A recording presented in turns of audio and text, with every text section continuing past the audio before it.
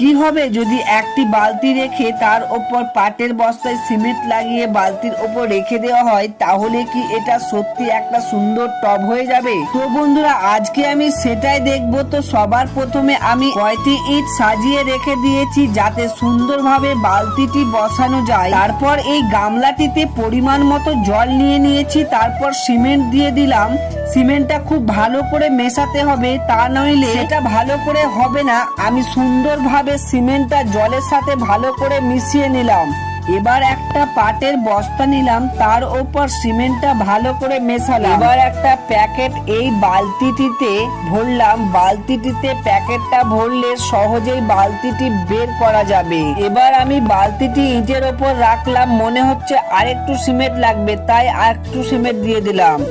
এবার মনে হচ্ছে সুন্দরভাবে মিশে গেছে। এবার আমি ভালো করে বস্তাটি বালতির ওপর দিয়ে দিলাম, আর গামলায় যেটুকু সিমেন্ট ছিল আমি ভালো করে দিয়ে দিলাম। এবার তোমরা দেখো কত সুন্দর লাগছে।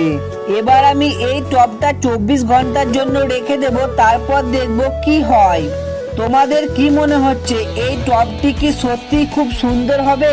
কমেন্ট করে জানাও। 24 ঘন্টা পর দেখব টবটি কেমন হয়েছে। সেটা দেখার জন্য কমেন্টে পার্ট 2 লিখে যাবেন। আর যারা আমাকে ভালোবাসা দিয়েছেন তাদেরকে মন থেকে ধন্যবাদ। আর যারা আমাকে ফলো করনি তারা অবশ্যই ফলো করে দিও।